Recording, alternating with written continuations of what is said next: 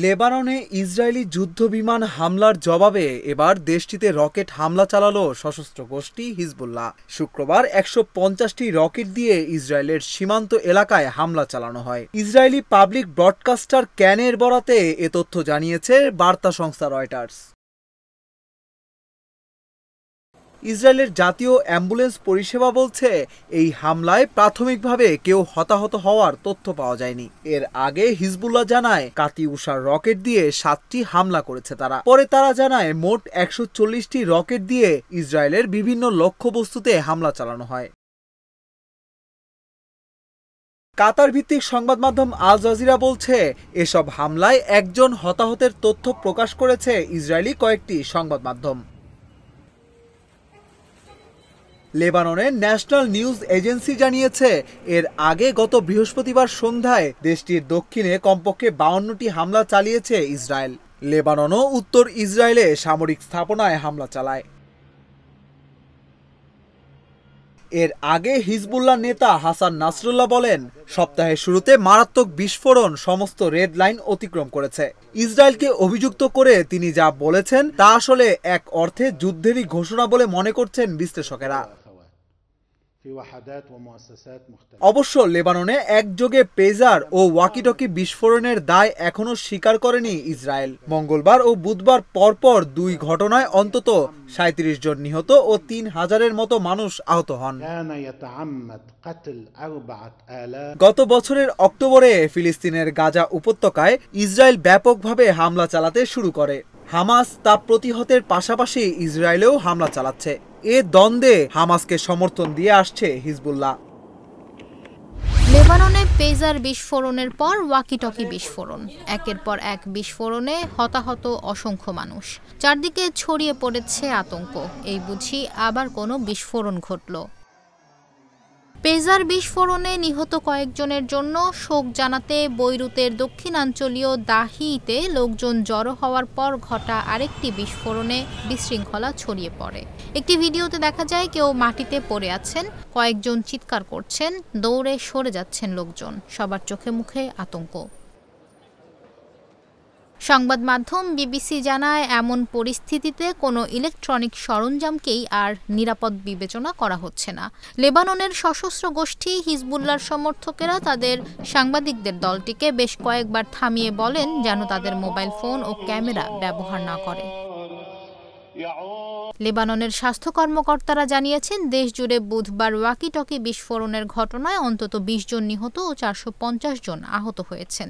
এসব বিস্ফোরণে বহু বাড়ি, দোকান ও গাড়িতে আগুন ধরে যায়। এর একদিন আগে মঙ্গলবার একযোগে লেবানন জুড়ে কয়েক হাজার পেজার বিস্ফোরিত হয়। পেজারগুলোতে আগে থেকেই স্বল্প পরিমাণে শক্তিশালী বিস্ফোরক ভরা ছিল বলে ধারণা করা হচ্ছে। ব্যবহারকারীরা পেজারে আসা একটি বার্তা গ্রহণ করতে গেলে বিস্ফোরণ ঘটে। এতে ১২ জন নিহত ও প্রায় ২৮০০ জন আহত হন। এসব হামলা ইরান সমর্থিত হিজবুল্লাহর জন্য আরেকটি লাঞ্ছনা হিসেবে দেখা হচ্ছে। অনেকের ধারণা তাদের সমস্ত যোগাযোগ নেটওয়ার্কে সম্ভবত ইসরায়েলি অনুপ্রবেশ ঘটেছে।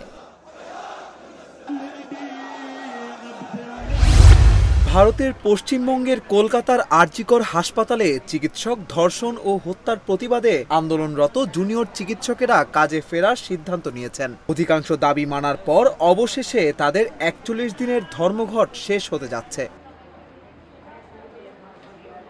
শুক্রবার দুপুরে স্বাস্থ্য ভবনের সামনে থেকে সিবিআই দপ্তরের সামনে পর্যন্ত মিছিল করবেন চিকিৎসকেরা। সিবিআই দপ্তরের সামনে গিয়ে দ্রুত বিচারের দাবি জানাবেন তারা। এরপর চলমান ধর্মঘট শেষ করার কথা জানিয়েছেন আন্দোলনরত চিকিৎসকেরা। শনিবার থেকে হাসপাতাল ও মেডিকেল কলেজের কাজে যোগ দেবেন তারা। পশ্চিমবঙ্গ সরকার অধিকাংশ দাবি মানার পর এই সিদ্ধান্ত নেন আন্দোলনরত চিকিৎসকেরা।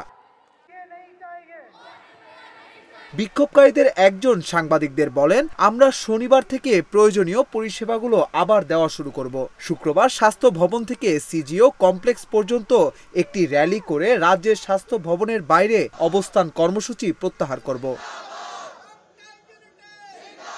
এদিকে আরজিকর হাসপাতালে চিকিৎসক ধর্ষণ হত্যার ঘটনায় এবার প্রতিষ্ঠানটির সাবেক অধ্যক্ষ সন্দীপ ঘোষের চিকিৎসক রেজিস্ট্রেশন বাতিল করা হয়েছে। অর্থনৈতিক সংকটে থাকা শ্রীলঙ্কার প্রেসিডেন্ট নির্বাচনের বাকি আর 2 দিন।